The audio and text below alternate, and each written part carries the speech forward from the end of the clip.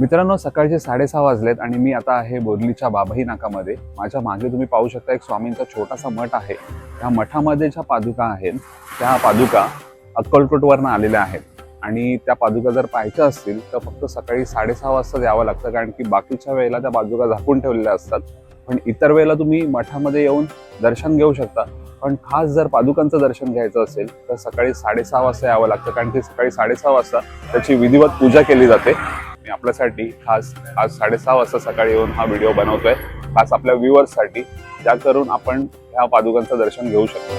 गुरु ब्रह्मा गुरु विष्णू गुरुदेवो महेश्वरा गुरु साक्षात परब्रह्मा तस्मै श्री गुरुवे नमः। निशंक होई 2014 या दिवशी आम्ही आणले मूर्ती आणली, त्याच्याबरोबर या पादुका आणल्या आम्ही।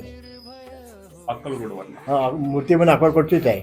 अच्छा अच्छा हे आता तुम्ही बोललात म्हणून नाही तर आम्ही कोणाला दाखवतच नाही, त्या अच्छा, कोण दाखवत नाही। कोणाला दाखवत नाही। एवढं असं ते का कोणाला सांगितलं ना, प्रत्येक जण येणार माझ्या डोक्याला ठेवा, माझ्या डोक्याला ठेवा, हा प्रकार भयंकर चालतो। त्याच्यासाठी आम्ही ते पादुकाला पण बांधा आणि मूर्तीला पण हात लावून देत नाही कोणाला। स्मर्तुगामी अशक्य ही शक्य करतील स्वामी। श्री स्वामी समर्थ महाराज की जय। श्री दत्त गुरु महाराज की जय।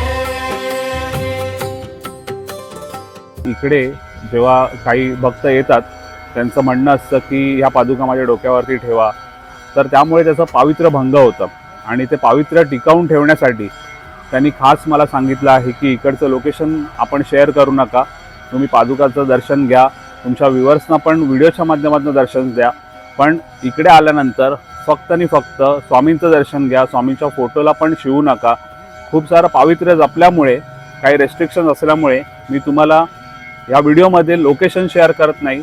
मी आज आणायचे आलो होतो, त्यामुळे त्यांनी मला परमिशन दिली, परमिशन देतच नव्हते, पण मी जेव्हा त्यांना रिक्वेस्ट केली तेव्हा काकांनी मला दर्शन दिलं, त्याबद्दल मी त्यांचा खूप आभारी आहे।